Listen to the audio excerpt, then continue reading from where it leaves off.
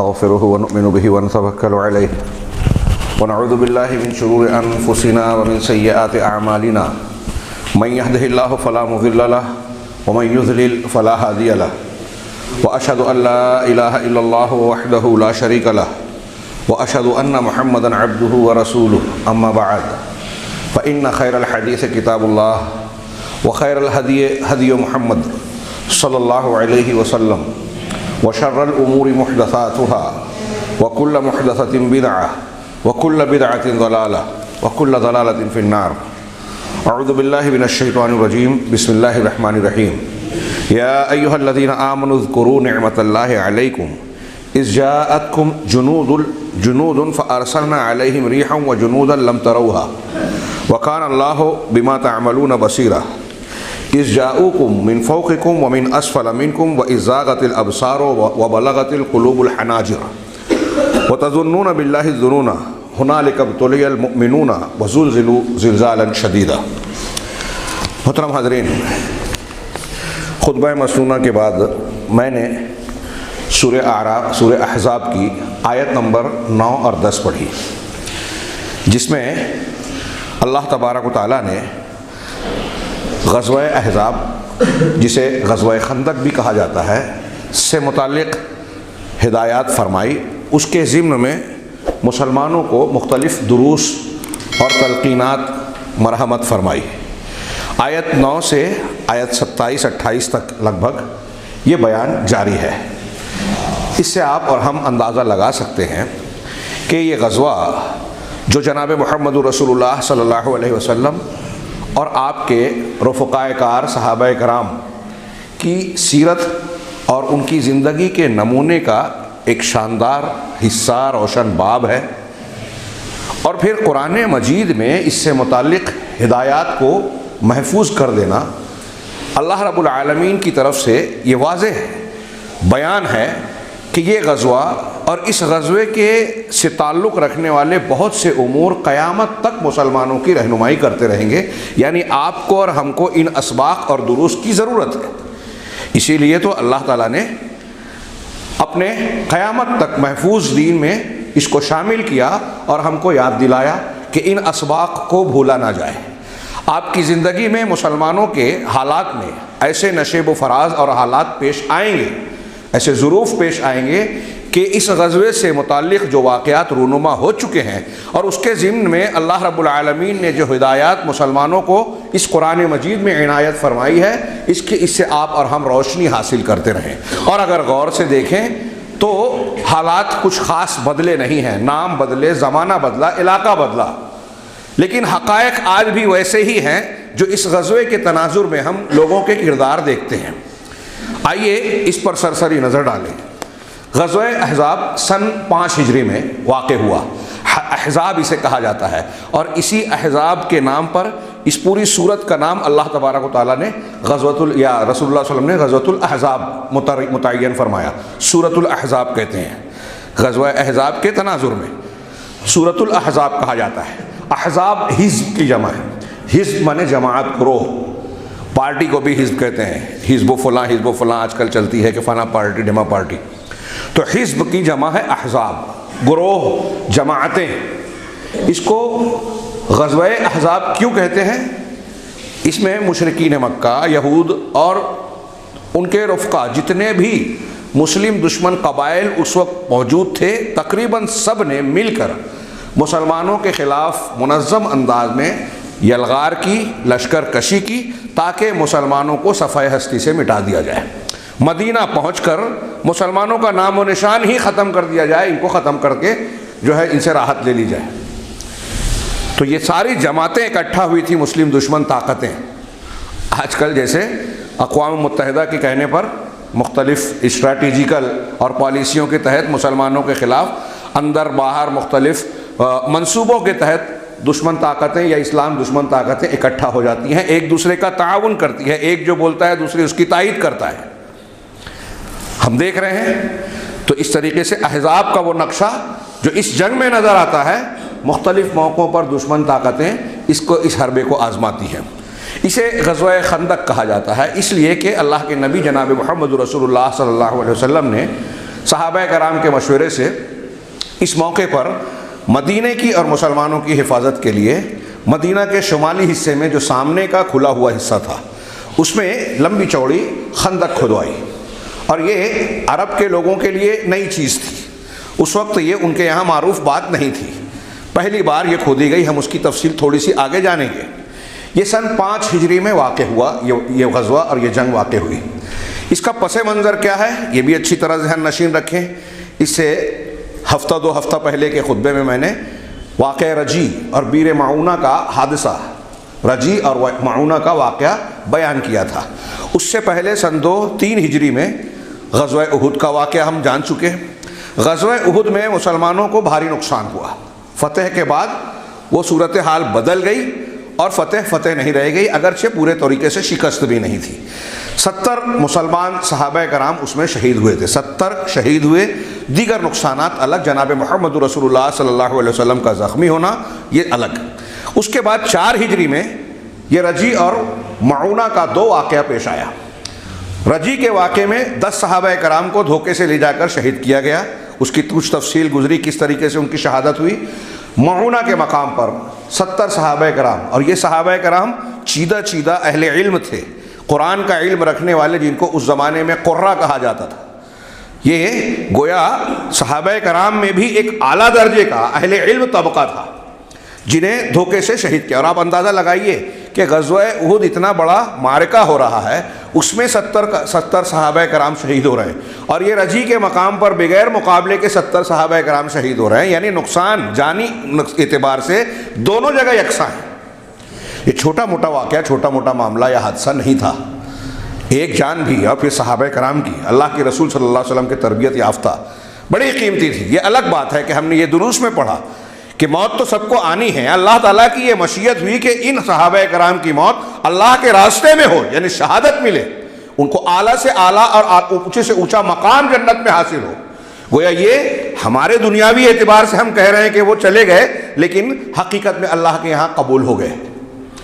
تو یہ 2 غزوہ احد میں مسلمانوں کا نقصان، پھر اس کے بعد رجی اور معونہ کے موقع پر معونہ کے مقام سے لوٹتے ہوئے ایک صحابی جو بچ گئے تھے، عمرو بن امیہ الضمری رضی اللہ تعالیٰ عنہ، یہ وہاں سے نکل گئے جیسا کہ تفصیل گزر چکی۔ راستے میں انہیں 2 شخص ملے جو آرام کر رہے تھے، یہ بھی وہاں آرام کرنے رکے، اور انہوں نے دشمن کے آدمی سمجھ کر ان دونوں کو قتل کر دیا، جبکہ وہ رسول اللہ صلی اللہ علیہ وسلم کی امان اور حفاظت یا حلیفی میں تھے۔ ظاہر سی بات ہے کہ یہ عہد شکنی میں شمار ہوا۔ اللہ کے نبی صلی اللہ علیہ وسلم کو جب یہ بات معلوم ہوئی تو آپ نے کہا کہ ان کے قبیلے کے لوگوں کو ہمیں دیت دینا پڑے گی، چنانچہ آپ لوگوں سے دیت کے مال جمع کرنے کی کوشش کرنے لگے۔ اور اس ضمن میں جب آپ مال جمع کر رہے تھے تو مدینہ ہی میں آباد یہود کے 3 قبیلوں میں سے ایک قبیلہ بنو نذیر، اس سے پہلے آپ پڑھ چکے ہیں، بنو نذیر، بنو قریظہ، بنو قینقاع۔ بنو قینقاع کا معاملہ ہو چکا تھا، اس سے پہلے ان کو نکالا جا چکا تھا۔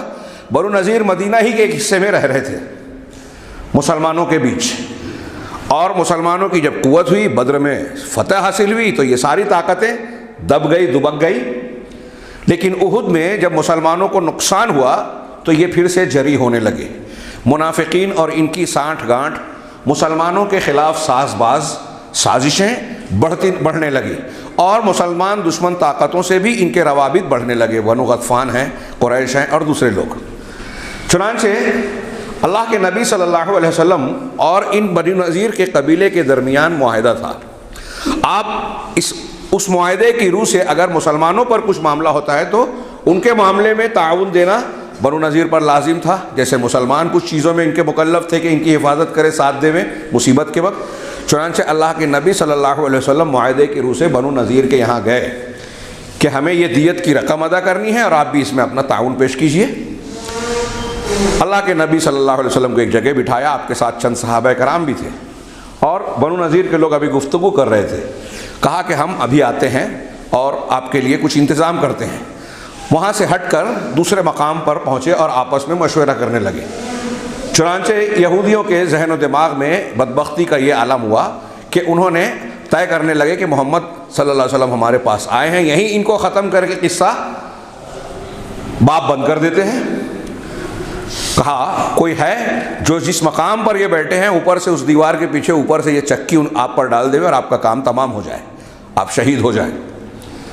بعض نے ابن مشکم وغیرہ نے روکا کہ دیکھیے اگر اس قسم کی کوئی حرکت کرو گے تو انہیں خبر دے دی جائے گی، گویا ان کو بھی یہ معلوم تھا کہ یہ نبی ہیں، اللہ بچائے گا، اللہ خبر دے دے گا، خبر دے دی جائے گی اور پھر ہمارے اور ان کے درمیان جو معاہدہ ہے اس کے بھی یہ برخلاف ہے، لیکن وہ مانے نہیں اور اس پر آمادہ ہوئے، ایک شخص کو تیار کیا اور اس نے یہ طے کیا کہ میں چکی پیچھے سے لے جا کر اوپر کے حصے سے نبی کریم صلی اللہ علیہ وسلم پر گرا دوں گا۔ اللہ تعالیٰ نے حضرت جبرائیل علیہ السلام کے ذریعے سے آپ کو اطلاع دی، آپ وہاں سے فوراً اٹھے اور نکل گئے، پیچھے پیچھے صحابہ کو وہاں بتایا نہیں۔ مقام پر پہنچنے کے بعد جب صحابہ نے پوچھا تو آپ نے بتایا کہ ان لوگوں نے ایسی ایسی اسکیم بنائی، سازش کی اور مجھے مارنے کی پلاننگ اور منصوبہ بندی کی، مجھے مارنا چاہتے تھے، اللہ نے مجھے اس کی خبر دی۔ اور پھر آپ نے حضرت محمد بن مسلمہ رضی اللہ تعالیٰ عنہ کو بھیجا اور کہا بنو نذیر کے لوگوں سے، ان کی شرارتیں ایسے بھی بڑھی ہوئی تھی، مسلمانوں کے عہد اور معاہدے کی مخالفت مختلف انداز میں پہلے ہی سے کر رہے تھے، اللہ کے نبی صلی اللہ علیہ وسلم صبر و تحمل اور امہال سے، چھوٹ دینے سے کام لے رہے تھے، لیکن جب ان کی جرأت یہاں تک بڑھی کہ خود رسول اللہ صلی اللہ علیہ وسلم کو قتل کرنے کے لیے متفق بھی ہو گئے اور اقدام کی تیاری بھی کر لی، تب آپ نے یہ پیغام بھیجا کہ تم لوگوں کو 10 دن کی مہلت دی جاتی ہے، تم مدینے سے نکل جاؤ، مدینے سے اپنا بوریا بسترا گول کر لو۔ یہ معاملہ جب ہوا، ظاہر سی بات ہے میں نے جو پس منظر بتایا غزوہ احد، رجی اور معونہ کے حادثات، اس کی بنیاد پر مسلمانوں کو بدر کے بعد جو قوت، شوکت اور دبدبہ حاصل ہوا تھا اس میں ایک کمی آ گئی تھی اور دشمن طاقتیں جرأت اور جسارت میں آگے بڑھ رہی تھی، اور اسی ضمن میں بنو نذیر نے یہاں تک کا قدم اٹھا لیا۔ دل میں تو بغض اناد ہٹ دھرمی رکھتے ہی تھے، یہود کی سرشت رہی ہے، چنانچہ اللہ کے نبی صلی اللہ علیہ وسلم نے ان کو نکل جانے کا حکم دیا۔ دیکھیے یہ معاہدہ، مسلمانوں کا اخلاق، اتنی بدعہدی کے بعد بھی آپ ڈائریکٹ حملہ نہیں کر رہے ہیں، براہ راست لوگ اس طریقے سے قرآن یا اللہ کے رسول صلی اللہ علیہ وسلم نے یہ مہلتیں جو دی، یہ اس بات کی دلیل ہے کہ مارنا کاٹنا نہیں چاہ رہے ہیں، قتل کرنا غیر مسلموں کو اسلام کا مقصد یا تعلیم یا انداز اور طریقہ نہیں ہے۔ جب پانی سر سے اونچا ہو جائے، شر و فساد کا خاتمہ بغیر لڑائی اور جھگڑے کے ممکن نہ ہو، تب اس کی اجازت دی گئی ہے۔ اللہ کے نبی صلی اللہ علیہ وسلم نے ان کو گویا الٹیمیٹم دیا کہ یہاں سے نکل جاؤ اور تمہارے پاس 10 دن ہیں۔ اب وہ بڑے پریشان ہوئے، لیکن اس درمیان راس المنافقین عبداللہ بن ابی بن سلول کو پتہ چلا تو اس نے بنو نذیر کے لوگوں کو، حی بن اخطب اور دوسرے جو لوگ تھے ان کو پیغام بھیجا کہ آپ لوگوں کو گھبرانے کی ضرورت نہیں ہے، آپ یہیں رہیں، اگر محمد صلی اللہ علیہ وسلم اور ان کے رفقا نے آپ لوگوں کے خلاف کوئی اقدام کیا تو ہم اپنے میرے 2000 سپاہی اور ساتھی ہاں بالکل تیار ہیں مسلح انداز میں آپ لوگوں کا دفاع کرنے اور آپ کا ساتھ دینے کے لیے کھڑے ہیں۔ بنو غطفان کے لوگوں سے یہ لوگ، ان لوگوں کی حلیفی تھی، یہ مشرک قبیلہ، اور یہ بہت بڑا قبیلہ تھا مشرکین کا مکہ میں، نجد کے اس علاقے میں، چنانچہ ان سے بھی ساز بازی، انہوں نے کہا کہ ہم بھی آپ کی مدد کے لیے آ جائیں گے۔ منافقین نے، بنو غطفان نے اور دوسرے مخالف قبائل نے ان کو گویا اندر سے یہ اطمینان دلایا کہ تم اپنی جگہ پر ٹھہرے رہو، اگر مسلمانوں نے کوئی اقدام کیا تو ہم آپ کا ساتھ دیں گے۔ جب وہ مقررہ مدت پوری ہو گئی اور یہ نہیں گئے، نبی کریم صلی اللہ علیہ وسلم نے فوجی لشکر تیار کیا اور قبیلہ بنو نذیر کا، ان کے قلعے کا، گڑھائی کا محاصرہ کیا۔ ہاں اچھا، کچھ لوگ 6 دن کہتے ہیں، کچھ لوگ 15 دن، یہ محاصرہ قائم رہا۔ اس درمیان جن لوگوں نے ساتھ دینے کا وعدہ کیا تھا، وہ عبداللہ بن ابی بن سلول ہو یا بنو غطفان کے قبائل ہوں یا دوسرے کچھ یہودی اور دوسرے قبائل، مشرک قبائل، کوئی بھی بنو نذیر کی معاونت کے لیے، ان کا ساتھ دینے کے لیے نہیں آیا۔ یہ شیطان کے جیسا معاملہ، اذ قال الانسان اکفر، جب وہ انسان سے کہتا ہے کہ کفر کرو، فلما کفر، قرآن نے اس کی مثال دی ان کے اس حرکت کی، منافقین کی اور ان لوگوں کی، جب وہ کفر کرتا ہے، قال انی بریء منک، تو کہتا ہے کہ میں تجھ سے بری ہوں۔ ہم سے اور آپ سے شیطان گناہ کرواتا ہے، سارے انسانوں سے۔ جب ہم گناہ کا ارتکاب کر لیتے ہیں تو کرنے کے بعد اب شیطان ساتھ نہیں دیتا۔ یہ اس وقت کا معاملہ بھی ہے یہود کے، ہمارے لیے آج بھی روز ہوتا رہتا ہے۔ بہرحال گناہ کے کاموں میں شیطان ابھارتا تو ہے لیکن اس کا انجام بھگتنے کے لیے ساتھ نہیں رہتا۔ بنو نذیر کا کسی نے ساتھ نہیں دیا، اللہ تبارک و تعالیٰ نے ان کے دلوں میں رعب بھی ڈال دیا، لہٰذا وہ تیار ہو گئے کہ ہم لوگ آپ ہماری امان دے دیں، ہم یہاں سے نکل جائیں گے۔ اللہ کے رسول صلی اللہ علیہ وسلم نے کہا جتنا سامان لے جا سکتے ہو لے جاؤ۔ پھر بنو نذیر کو وہاں سے نکلنے دیا گیا، اچھا خاصا مال غنیمت مسلمانوں کو بغیر مقابلے کے ہاتھ آیا۔ وہاں سے نکلنے والے یہ یہودی کچھ خیبر کے مقام پر چلے گئے، زیادہ تر خیبر گئے اور کچھ دوسرے علاقوں میں منتشر ہو گئے۔ زیادہ تر بڑے بڑے لوگ، حوی بن اخطب یہ یہودی عالم تھے، حضرت صفیہ ام المومنین رضی اللہ تعالیٰ عنہ ان کے والد بڑے عالم یہودی، حوی بن اخطب، سلام ابن الحقیق، اور یہ ایسے بڑے بڑے سردار یہودی جو تھے یہ خیبر میں جا کر مقیم ہوئے۔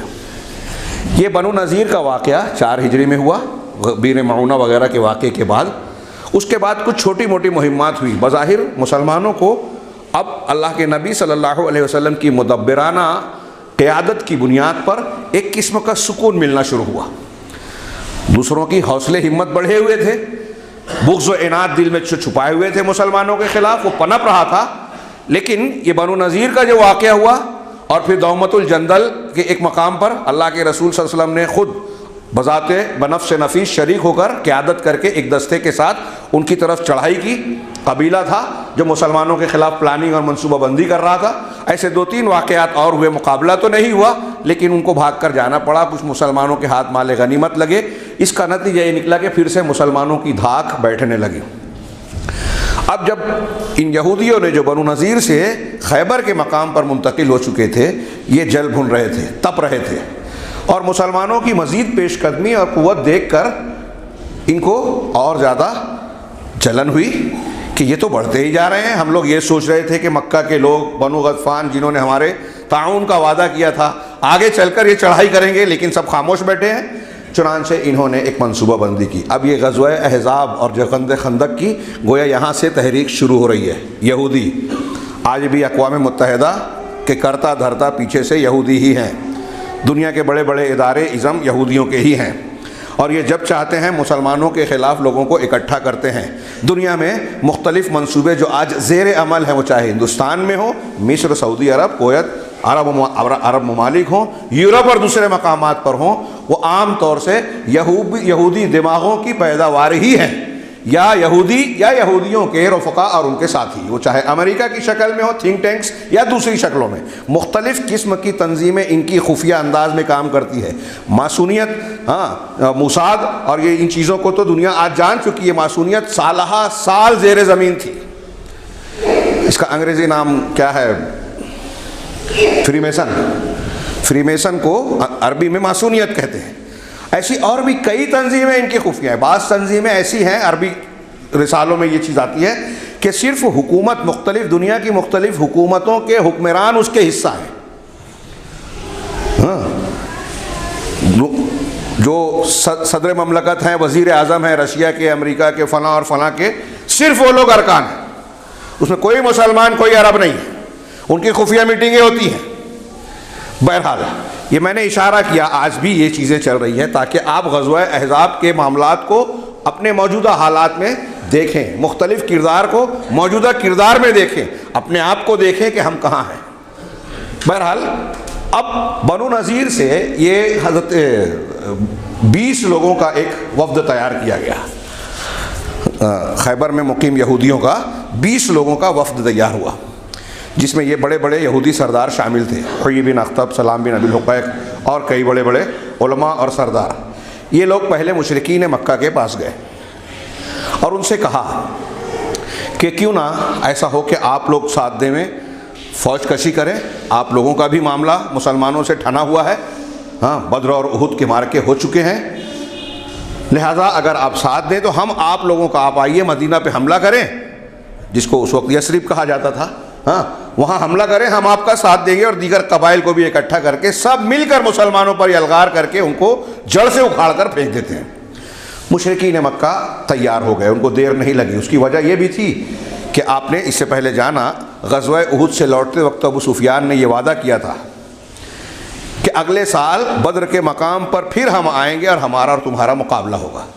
مسلمانوں نے اس کی حامی بھری تھی، اور سال پورا ہونے کے بعد وقت مقررہ پر اللہ کے نبی جناب محمد رسول اللہ صلی اللہ علیہ وسلم مسلمان فوجوں کے ساتھ بدر کے مقام پر پہنچے، کئی دن قیام کیا، مشرکین کا انتظار کیا وعدے کے مطابق۔ لیکن ابو سفیان مکہ سے تو نکلا، مر الزہران یا ایک مقام پر پہنچنے کے بعد واپس ہو گیا، اور یہ بہانہ کیا کہ قحط کا زمانہ ہے، کھانے پینے کا مسئلہ ہے، لہٰذا ایسے میں جنگ کرنا ٹھیک ٹھاک نہیں ہے، ہم کسی اور موقع پہ مقابلہ کریں گے۔ جبکہ وہ اندر سے بددل اور بجھا ہوا تھا، خوف اور دہشت اس کو گھیرے ہوئے تھی، تو بہانہ کر کے وہ واپس ہو گیا۔ یہ قلق تھا مشرکین مکہ کو، وعدہ کرنے کے باوجود ہم لوگ مسلمانوں کے مقابلے کے لیے بدر میں دوبارہ نہیں گئے، اور مسلمان وعدے کے مطابق وہاں پہنچے، تو یہ ایک طریقے سے بے عزتی بھی تھی، انا کو ٹھیس بھی پہنچی تھی، طاقت، قوت، شوکت اور نام کو بٹا لگنے والی بات تھی۔ چنانچہ وہ اس انتظار میں تھے کہ کوئی موقع ملے تو اپنی اس بات کو پورا کریں اور اپنی کھوئی ہوئی عزت کو حاصل کریں، جو بٹا لگا اسے صاف کریں۔ چنانچہ جب یہودیوں نے یہ تجویز پیش کی تو مشرکین مکہ نے اس کو فوراً قبول کیا کہ ٹھیک ہے، ہم تیار ہیں، ہم پورا ساتھ دیں گے، بلکہ حملہ کرنے میں پیش رہیں گے۔ یہ وفد جو یہودیوں کا وفد تھا، اس وقت کے اقوام متحدہ کا کار بنانے والا، مشترکہ محاذ کو بنانے والا، میں اقوام متحدہ کہہ رہا ہوں صرف ذہن میں اس نقشے کو تازہ کرنے کے لیے کہ آج کی شکل تھوڑی سی بدلی ہوئی ہے، چیز وہی ہے۔ وہاں سے یہ لوگ بنو غطفان کے قبیلے کے گئے، بڑے قبیلہ تھا یہ بھی، مشرکین کا، طاقتور تھا، بڑی نفری تھی، وہ لوگ بھی فوراً تیار ہو گئے، اور پھر انہوں نے آس پاس اور ارد گرد کے جتنے وہ قبائل جو مسلمانوں کے خلاف تھے، بنو سلیم اور دوسرے لوگ، سب کو مل جا کر بات چیت کی، سب تیار ہو گئے۔ تیار ہونے کے بعد مشرکین مکہ کے قریش، کنانہ اور اس علاقے میں جو تہامہ کہلاتا ہے، وہاں آباد دوسرے کئی قبائل کے لوگ سب اکٹھا ہو کر 4000 کا لشکر لے کر مکہ سے نکلے۔ مر الزہران پہ آنے کے بعد بنو سلیم یا بنو سلیم غالباً کہ وہ ضمنی ذیلی جو قبائل تھے، جنہوں نے مل کر معونہ کے مقام پر، بیر معونہ کے کنویں کے پاس 70 صحابہ کرام کو دھوکے سے شہید کیا تھا، جس کا واقعہ اس سے پہلے گزرا۔ 70 صحابہ کرام کو، جس جو احد کی بھی تعداد ہے، وہ قبائل بھی آ کر مل گئے، وہ اللہ کے کوئی مرضی تھی کہ یہ بھی ساتھ آ جائے اپنے کیے کا کی سزا بھگتنے کے لیے۔ چنانچہ اس کی قیادت ابو سفیان کر رہا تھا۔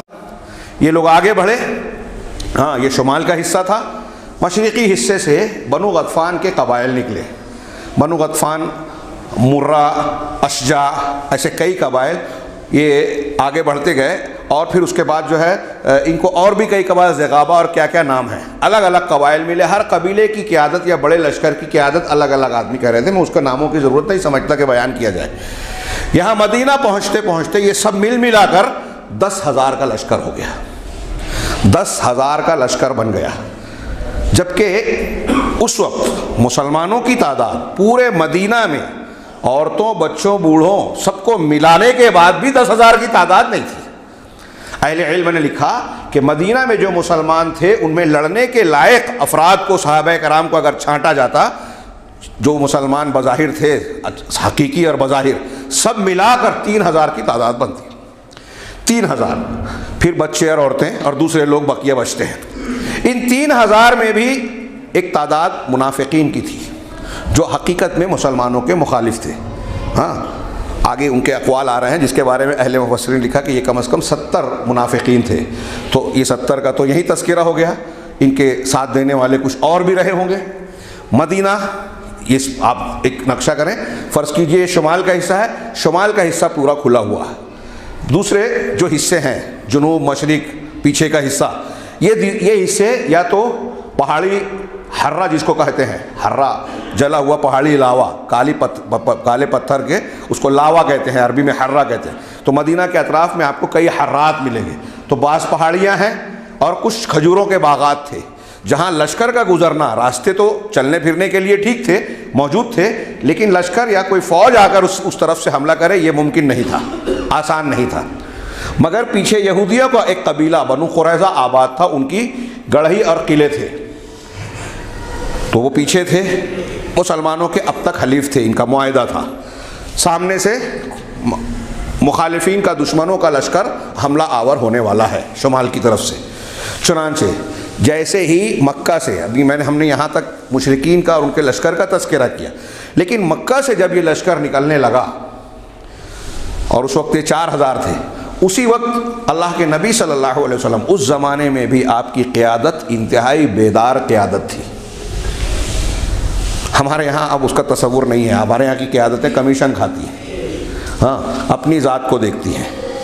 اور ابھی تو دل چاہ رہا تھا کہ ان سلسلوں کو روک کے حرام خوری پر بیان کیا جائے۔ ایسا لگتا ہے کہ ہمارے شہر میں عوام تو عوام، خواص بھی دین کا بھی سرٹیفکیٹ حاصل کر چکی ہے کہ حرام کھانے سے کوئی دقت نہیں ہے۔ کوئی ڈونیشن کی شکل میں کھا رہا ہے، کوئی رشوت کی شکل میں کھا رہا ہے، کوئی چوری کر رہا ہے، کوئی حصے بکرے کے جو حقوق ہیں وہ غصب کر رہا ہے، کوئی زمین جائیداد میں دھوکہ دیتا ہے، کوئی قرض ڈبا دیتا ہے۔ ایسا لگتا ہے ہر طرف حرام خوری کی ایک باڑھ ہے۔ عام سے عام آدمی اپنا ووٹ بیچنے کے لیے حرام پیسہ لے کے ووٹ دیتا ہے، کمیشن خوری کے نام پہ حرام خوری، اور سارے لوگ سماج میں عزت دار ہیں۔ سودی لین دین عام، جس کے بارے میں قرآن کا صاف واضح اعلان ہے کہ اللہ سے جنگ کا اعلان ہے، ہم لوگ اللہ سے جنگ کا اعلان کر کے محفوظ رہیں گے؟ اور ایسا لگتا ہے مسلمان اتنا نڈر بے خوف ہو گیا، بولتا ہے کہ میں کسی سے نہیں ڈرتا۔ نہیں، میں اللہ سے نہیں ڈرتا۔ اب یہ بولیے، اللہ کا ڈر آئے گا تو یہ سودی لین دین، حرام خوری، گناہ، سر عام اللہ کے دین کی مخالفت اور یہ چال بازیاں، بھائی کا بھائی حق مارنے کے لیے چال بازیاں کرتا ہے، اپنے دماغ، صلاحیت، قوت کیا کیا لگا رہا ہے۔ ادارے، اسکول اور اداروں کے نام پر ڈونیشن خوری عام سی بات ہوتی جا رہی ہے۔ کوئی بولے تو وہ برا بولنے والا، یہ فلاں کو بول رہے ہیں۔ آپ اللہ اور رسول کا نام لے کر دین کا کی ٹھیکیداری ظاہر کرتے ہو اور حرام خوری کر رہے، کوئی بولے بھی نہ، اور جب بولنا بند ہو جاتا ہے تو اللہ کا عذاب آتا ہے۔ لکھ لیجئے، یہ بولنے والا بند کر دینا بہت بڑی نعمت ہے ہمارے سماج میں۔ غلطیوں کو غلطی بولنے والے، یہ ایک موضوع ہے مستقل، موقع نہیں ہے۔ بہرحال میں پھر سے واپس لوٹتا ہوں کہ اللہ کے نبی صلی اللہ علیہ وسلم کی قیادت بیدار مغز قیادت تھی۔ آپ ہر چیز کی بالکل واضح خبر رکھتے تھے، دماغ اور آپ کی آنکھیں کھلی ہوئی رہتی تھی۔ مسلمانوں کے مفادات کے سلسلے میں آپ انتہائی سرگرم تھے۔ خبر ملتی کہ فلاں قبیلہ مسلمانوں کے خلاف منصوبہ بندی کر رہا ہے، سازش کر رہا ہے، فوراً اقدام کرتے جو ممکن ہوتا اور جو حکمت کا تقاضا ہوتا۔ پڑھیے سیرت، ایسی ہماری قوم کو ابھی رہنا چاہیے۔ لیکن ہم تو، میں محفوظ ہوں، بغل میں اگر کوئی حادثہ ہو رہا ہے تو اب یہ مزاج جو غیر مسلم کا، مادہ پرستوں کا ہے، وہ مسلمانوں کا ہوتا جا رہا ہے۔ بہرحال نبی کریم صلی اللہ علیہ وسلم کو جب جیسے ہی خبر ملی کہ یہ مشرکین مکہ، یہود اور سارے لوگ مل کر مدینہ پر حملے کا پروگرام اور منصوبہ بنا رہے ہیں، آپ نے فوراً صحابہ کرام کو مشورے کے لیے بلایا۔ دیکھیے تعلیم، نبی کریم صلی اللہ علیہ وسلم تعلیم دے رہے ہیں۔ سوچئے تھوڑی دیر کے لیے، اللہ تعالیٰ آپ کو وحی کرتا، آپ بذات خود دنیا کے ذہین ترین انسان، انتہائی کامیاب سپہ سالار، جنگی ماہر، ایسے ماہر جہاں خالد ابن ولید رضی اللہ تعالیٰ عنہ جیسے شخص کی مہارت بھی جو ہے انتہائی کم نظر آتی ہے، احد میں ہم دیکھ چکے۔ آپ خود فیصلہ کر دیتے کہ ہمیں یہ کرنا ہے، صحابہ کرام آپ کے حکم کو سر آنکھوں پر رکھتے اور فوراً قبول کرتے۔ لیکن آپ امت کے لیے گویا نمونہ پیش کر رہے ہیں، تعلیم دے رہے ہیں کہ جب مسلمانوں کا اجتماعی معاملہ ہو، اور خاص طور سے ایسے کہ نئے حالات پیش آ رہے ہیں، قرآن و حدیث کی واضح کوئی تعلیم ان حالات میں آپ کے سامنے نہیں ہے، تو یہ تعلیم ہے کہ صاحب آپ لوگ اہل علم سے مشورہ کریں۔ اجتماعی امور میں مشورے کی اہمیت کا اندازہ لگا سکتے ہیں۔ نبی ہوتے ہوئے، پیغمبر ہوتے ہوئے آپ مختلف مقامات پر مشورہ کر رہے ہیں۔ مشورہ کیا گیا، مشورے میں اہل علم، جانکار لوگ شریک ہوتے ہیں۔ سب نے، حضرت سلمان فارسی رضی اللہ تعالیٰ عنہ نے رائے دی کہ اپنے دفاع کے لیے جب سامنے سے ہمارے اوپر یلغار ہو رہی ہے، دشمن ہمارے شہر پر آنا چاہ رہے ہیں، تو ان کی روک تھام کا ایک طریقہ یہ ہے جو ہمارے یہاں فارس میں اختیار کیا جاتا ہے کہ بستی کے ارد گرد خندق کھودی جائے۔ اس تجویز کو اتفاق رائے سے منظور کیا گیا اور خندق کھودی گئی۔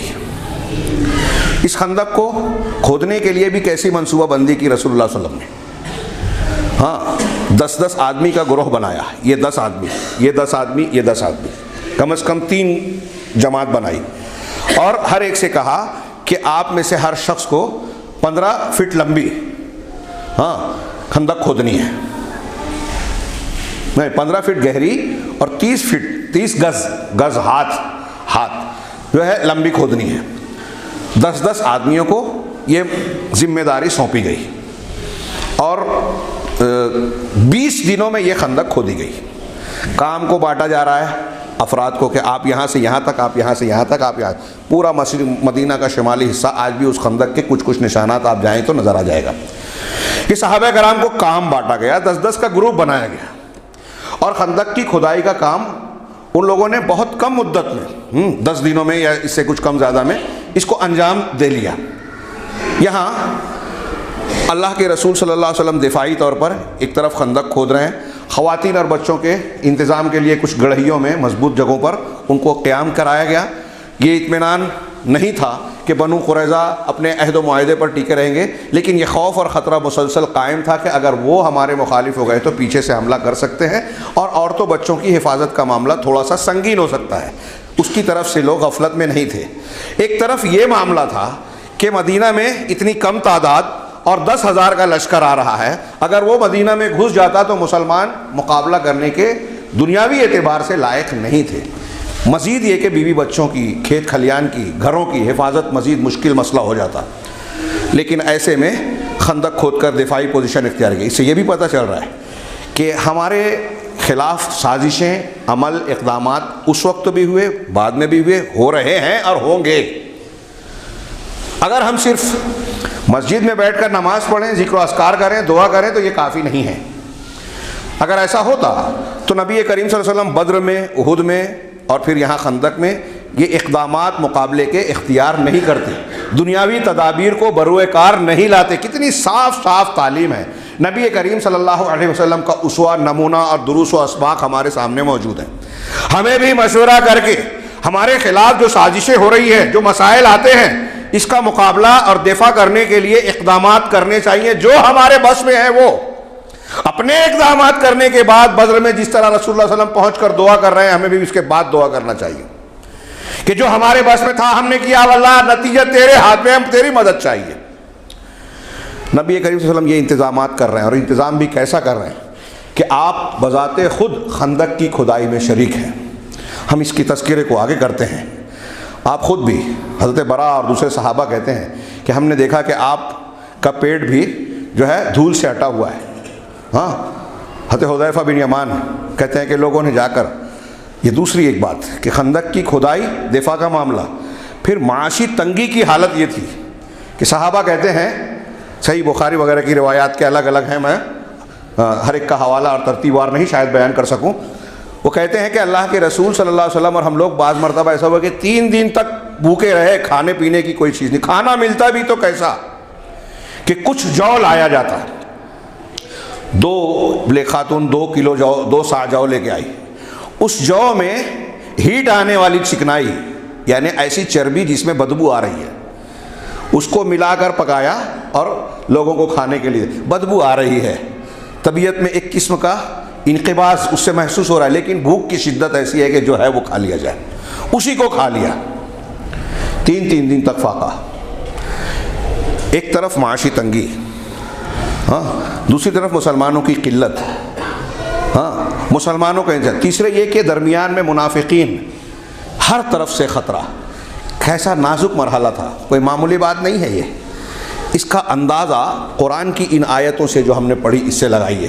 اللہ تبارک و تعالیٰ نے یہ جو نقشہ کھینچا، اللہ کے بیان اور قرآن کے فرمان سے ہی ہم اگر اس کے گہرائی کو دیکھیں، سرسری بھی غور کریں، تو ہمیں محسوس ہوگا کہ مسلمانوں کے لیے صورتحال کتنی نازک، خوف اور دہشت کا کیسا ماحول تھا۔ اللہ تبارک و تعالیٰ نے ارشاد فرمایا، یا ایھا الذین آمنوا اذکروا نعمت اللہ علیکم، اے ایمان والو، اللہ کے اس احسان کو جو تم پر اللہ نے کیا، انعام کو، احسان کو، اذ جاءتکم جنود، جب تمہارے پاس فوجوں کی فوجیں چلی آئیں تم پر یلغار کرنے۔ جنود، جندن کی جمع، لشکر کے لشکر، فوج کی فوج، کئی فوجیں آ گئی۔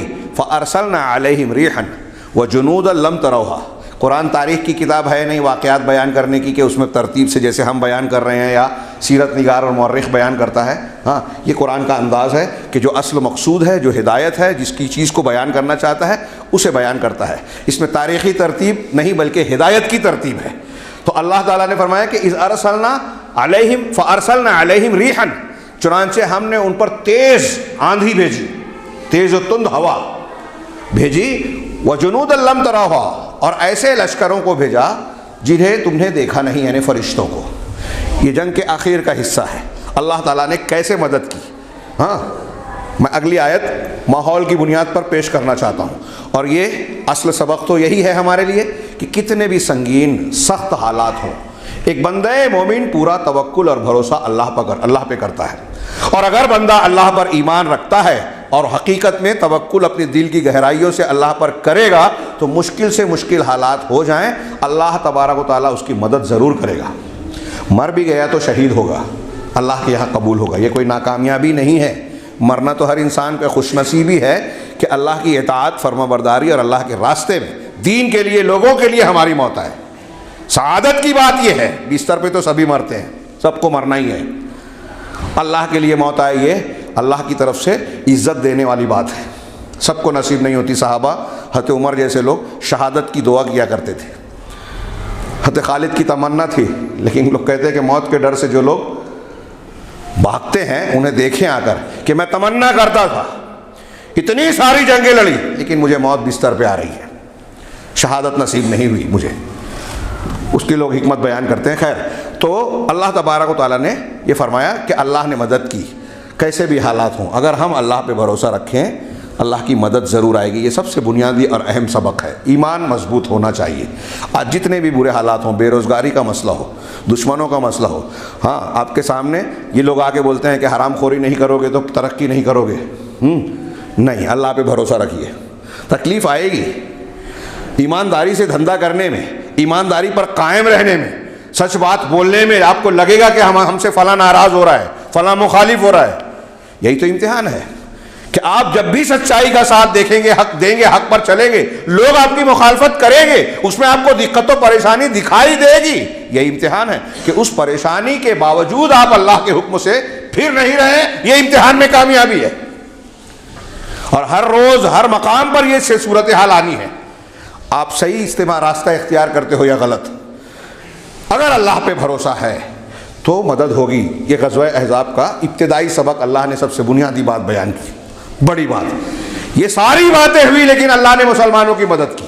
حالات کیسے تھے؟ اگلی آیت میں، اذ جاؤکم من فوقکم، جب یہ دشمن لشکر تمہارے اوپر سے چڑھے آ رہے تھے، وبالاسفل منکم، اور نیچے اور نشیبی حصے سے بھی تمہاری طرف بڑھ رہے تھے، وَإِذ زَاغَتِ الْأَبْصَارُ، اور جب نگاہیں آنکھیں پتھرا گئی، ٹیڑھی ہو گئی، زاغب ٹیڑھا ہونا، آنکھیں پتھرا گئی، وَبَلَغَتِ الْقُلُوبُ الْحَنَاجِرَ، اور کلیجے منہ کو آ گئے۔ قلوب دل کو کہتے ہیں، حناجر حنجرہ کی جمع گلے کو۔ عربی میں یہ محاورہ ہے کہ دل جو ہے گلے میں آ گیا، اردو میں محاورہ ہے کہ کلیجہ منہ کو آ گیا۔ تو عام طور سے مترجمین نے یہی اردو کے اس محاورے کا، عربی محاورے کا ترجمہ اردو محاورے سے کیا کہ دل گردنوں میں آ گئے کا ترجمہ کیا، کلیجے منہ کو آ گئے، یعنی اچھے اچھے لوگوں کا اتنا پانی ہو گیا۔ ہاں، عام تو عام، بڑے بڑے صحابہ کرام بھی ایک قسم کے خوف اور دہشت میں مبتلا تھے۔ یہ قرآن کہہ رہا ہے، کیسے سنگین حالات رہے ہوں گے، اندازہ لگائیے کہ جو لوگ بدر اور احد میں مقابلہ کر رہے ہیں، ہاں، اور اچھے ایسے مقامات پر جہاں ہم کھڑے نہیں ہو سکتے وہاں بہادری کا مقابلہ کر رہے ہیں، بہادری سے مقابلہ کرتے تھے، ان کی یہ حالت ہے۔ اللہ کہہ رہا ہے رب العالمین کہ اوپر سے نیچے سے دشمنوں کی یلغار ہے، تمہاری آنکھیں پتھرا گئی، ٹیڑھی ہو گئی، ہاں، اور دل کلیجے منہ کو آ گئے، وَبَلَغَتِ الْقُلُوبُ الْحَنَاجِرَ وَتَظُنُّونَ بِاللَّهِ الظُّنُونَ، اور تم اللہ کے بارے میں طرح طرح کے گمان کرنے لگے، اللہ کی مدد آئے گی کہ نہیں آئے گی۔ یہ صورتحال کیسی سنگین ہے، ہاں، طرح طرح کے گمان میں مبتلا ہو گئے۔ اب ایسے سنگین حالات میں اللہ تعالیٰ فرما رہا ہے هُنَالِكَ ابْتُلِيَ الْمُؤْمِنُونَ، یہاں مسلمانوں کو آزمایا گیا، ان کی ابتلا اور آزمائش ہوئی۔ کیا مطلب ہوا؟ جو میں بار بار کہتا ہوں کہ دنیا میں جو بھی نشیب و فراز آ رہے ہیں، مشکلات آ رہی ہیں، یہ مسلمانوں کی لوگوں کی آزمائش ہے، امتحان ہے۔ دنیا میں یہ ہونا ہی ہے، اور یہ نہ ہو تو دنیا کی زندگی بیکار ہو جائے۔ اور جب سخت اور مشکل حالات ہوتے ہیں وہاں صحیح غلط کھرے کھوٹے کی پہچان ہوتی ہے۔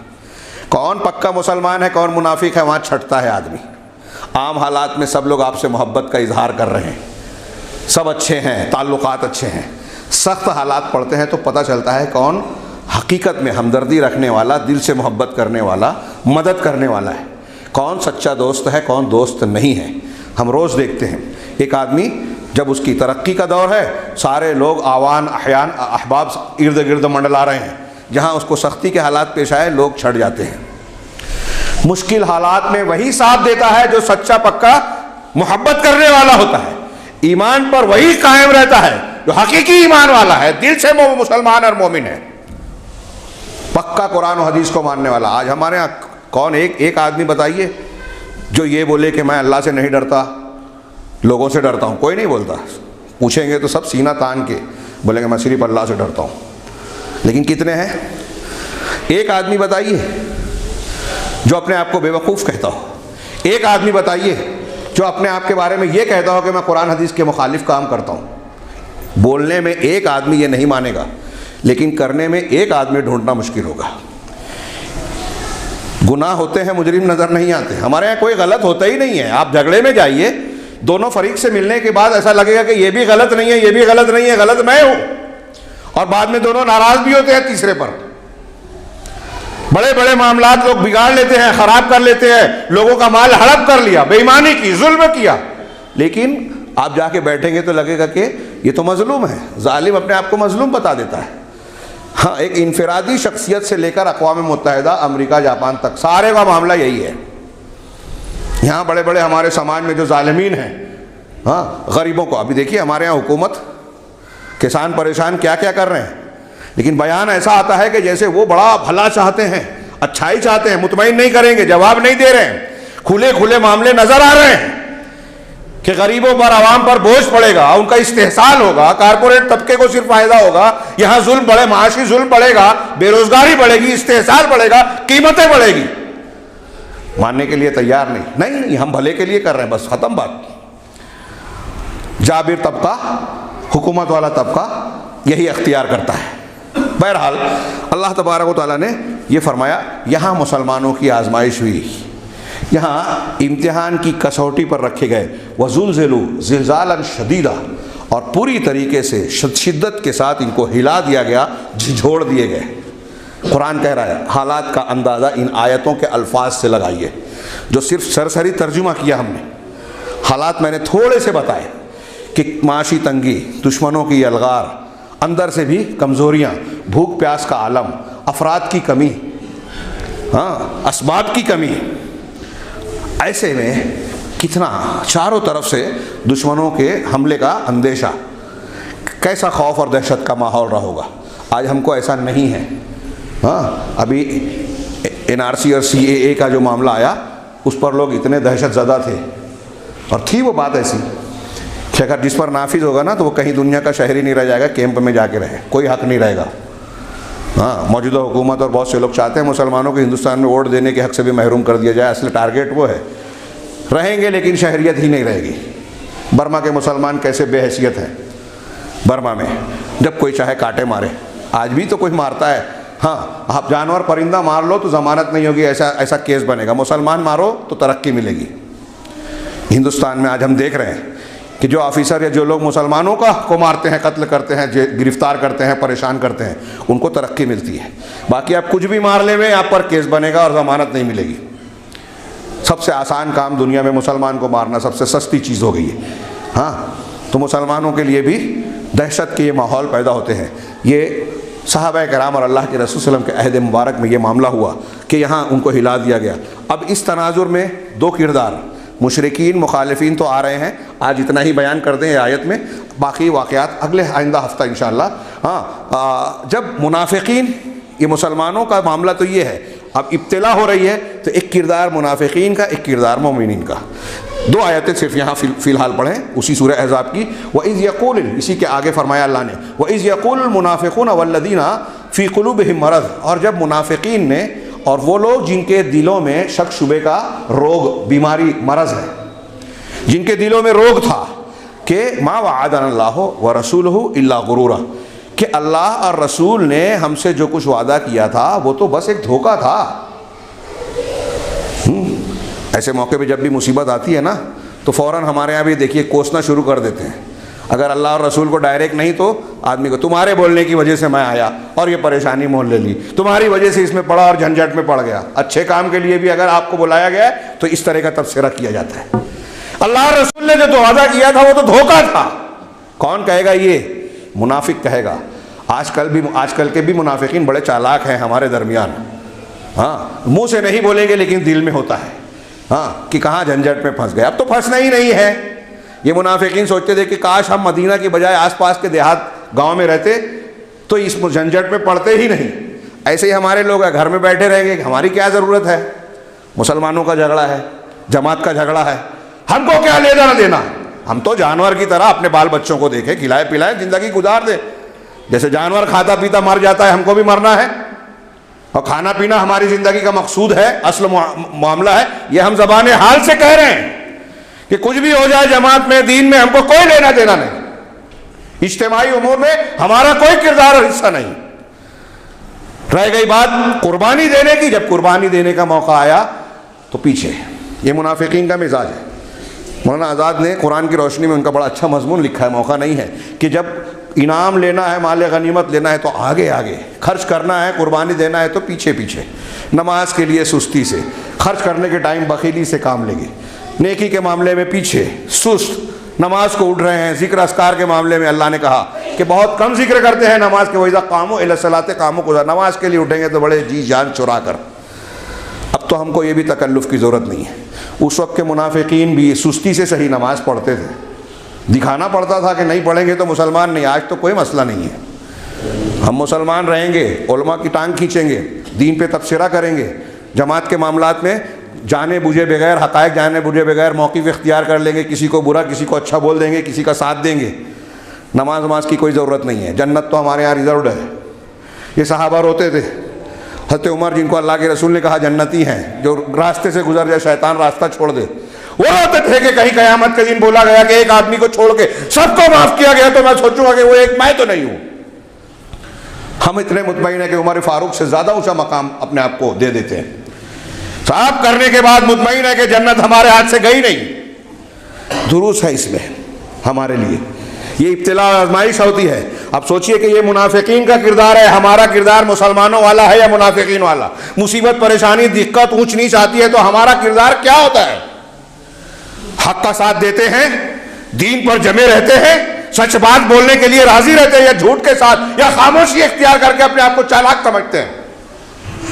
یہ منافقین کا کردار کہ اللہ اور رسول کا وعدہ تو بس دھوکہ ہے، اور اگلا مسلمانوں کا کردار نہیں۔ ابھی منافقین کی بات چل رہی ہے، وَإِذْ قَالَتْ طَائِفَةٌ مِّنْهُمْ يَا أَهْلَ يَثْرِبَ لَا مُقَامَ لَكُمْ، اور جب ان منافقین کی ایک جماعت نے یہ کہا کہ اے اہل یثرب، یثرب والو، مدینہ کا نام پرانا، اے یثرب والو تمہاری کوئی ٹھہرنے کی جگہ اور موقع اب نہیں رہ گیا، فرجعو، ہاں واپس چلے چلو گھر، یہاں ٹکنے کی ضرورت نہیں ہے، موت کو دعوت دینا خودکشی کرنا ہے، واپس چلو، مقابلے کی ضرورت نہیں ہے، تب تمہاری کوئی حیثیت نہیں ہے۔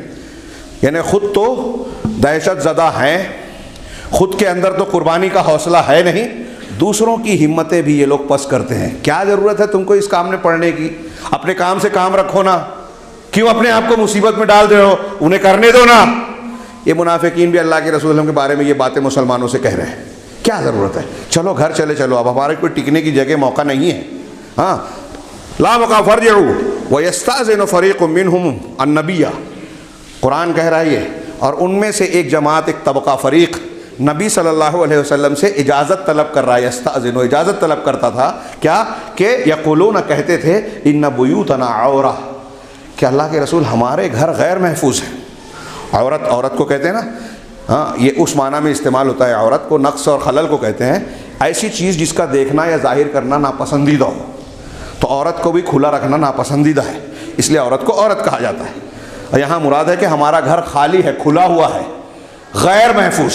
ترجمہ عام طور سے لوگوں نے کیا کہ ہمارا گھر کھلا ہے، غیر محفوظ ہے، مطلب یہ کہ ہم یہاں محاذ پر اگر رہیں گے تو ہمارے گھر پہ جو بیوی بچے ہیں ان کی حفاظت کون کرے گا؟ وہ غیر محفوظ ہے۔ اللہ تعالیٰ نے آگے کہا وما ہی بعورہ، حالانکہ وہ غیر محفوظ نہیں ہیں، غیر محفوظ نہیں ہیں۔ آج ہمارے ہاں کتنے دین کے کاموں میں درس قرآن، درس حدیث، جماعت کی میٹنگ، اجتماعی کام، اجتماعی ذمہ داری، چندہ دینے کی بات، اور نہ جانے کیا کیا آتا ہے، ہمارے پاس 100 بہانے ہیں نہ کرنے کے۔ دین کا کام کرنا ہے، جماعت کا کام کرنا ہے تو ہمارے پاس فرصت نہیں ہے، وقت نہیں ہے، موقع نہیں ہے، بہت سارے بہانے۔ یہ منافقین کا مزاج۔ ہمارا گھر غیر محفوظ ہے، ہم کو اجازت دیجئے گھر جانے کی۔ ہاں وما ہی بعورہ، اللہ نے کہا یہ نہیں، وہ نہیں، کیا نام ہے، غیر محفوظ نہیں تھا۔ ان یریدون الا فرارا، وہ تو بس محاذ سے بھاگنا چاہتے ہیں، یہ عزم کر چکے ہیں کہ ہم کو یہاں ٹکنا نہیں ہے، بھاگ جانا ہے۔ اسی آیت کے آگے کہا کہ اگر مسلمانوں کے خلاف مشرکین آ کے اپنے ساتھ کا ان کو دعویٰ کریں تب یہ بالکل تیار ہو جائیں گے، مسلمانوں کے خلاف اکٹھا ہو جائیں گے اور کوئی بہانے بازی نہیں کریں گے، جنگ کے لیے تیار رہیں گے۔ یہ ایک طرف منافقین کا کردار۔ اگلی آیت ایک آیت ہے وَلَمَّا رَأَى الْمُؤْمِنُونَ الْأَحْزَابَ، جب مومنوں نے ان احزاب کو دیکھا، ہاں ان پارٹیوں کو، جماعتوں کو، ایک طرف یہ منافقین کا کردار۔ مسلمانوں کا حال یہ ہے کہ جب انہوں نے ان احزاب کو، گروہوں کو دیکھا، قالوا هذا ما وعدنا اللہ ورسولہ، تو انہوں نے یہ کہا کہ یہ تو وہی صورتحال ہے جس کا ہم سے اللہ نے اور اس کے رسول نے وعدہ کیا تھا کہ تم کو آزمایا جائے گا، تکلیف کے حالات سے گزارا جائے گا۔ یہ اللہ اور رسول کے وعدے کے عین مطابق ہے۔ وصدق اللہ ورسولہ، اور اللہ اور اس کے رسول کی بات بالکل سچی ہے، ہم ایمان لاتے ہیں۔ ان کے ایمان میں اور اضافہ ہو رہا ہے، ان کے ایمان میں اور پختگی ہو رہی ہے۔ دیکھیے امتحان کے وقت پکا مسلمان اور مضبوط ہوتا ہے۔ یہ اللہ اور رسول کا وعدہ ہے، یہ تو ہونا ہی تھا، ہمیں اس کی کوئی پریشانی نہیں ہے۔ ہاں وما زادہم الا ایمانا و تصدیقا، اور ان کے ایمان اور تصدیق میں اس صورتحال نے اور اضافہ کر دیا۔ مشکل حالات میں ان کا ایمان اور بڑھ جاتا ہے، کیونکہ وہ مان رہے ہیں اللہ اور رسول کو، تو ماننے سے اور بڑھ گیا، اور جو نہیں مان رہے ان کا گھٹ گیا۔ یہاں صحیح اور غلط کی چھٹائی ہو گئی۔ اللہ کے نبی صلی اللہ علیہ وسلم نے اس موقع پر خود بھی بنفس نفیس خندق کی کھدائی میں حصہ لیا۔ آپ کو بلایا گیا، آپ نے کھودا، اس وقت کچھ معجزات بھی ہوئے، آپ کے پیٹ پر پتھر بندھے ہیں، کھانے کے سلسلے میں بعض معجزات اور بعض معاملات۔ یہاں قرآن کی ایک آیت بہت اہم تھی کہ جب ان کفار مکہ، یہود کے لوگ کفار کو تیار کرنے گئے تو ان لوگوں سے یہ کہا کہ تم لوگ مسلمانوں سے زیادہ حق پر ہو۔ اللہ تعالیٰ نے سورہ نساء کی ایک آیت میں اس پر تبصرہ کیا۔ انشاءاللہ آئندہ ہفتہ ہم وہیں سے بات شروع کریں گے۔ اللہ تعالیٰ سے دعا ہے کہ وہ ہمیں دین کو سمجھنے، صحیح انداز میں سمجھنے اور ہر قسم کے حالات میں دین پر استقامت، اس پر قائم رہنے کی توفیق عطا فرمائے۔ ہر قسم کے نفاق، اعتقادی ہو یا عملی، اس کے نفاق اور نفاق کے اثرات سے اللہ ہمیں محفوظ رکھے، پکا سچا مومن بنائے، اس کی برکت سے دنیا میں بھی فتنوں اور آفتوں سے محفوظ رکھے اور آخرت میں بھی ہر قسم کے عذاب سے محفوظ رکھے۔ بارک اللہ لنا ولکم فی القرآن المجید ونفعنا وإیاکم بالآیات والذکر الحکیم انہ تعالی جواد کریم۔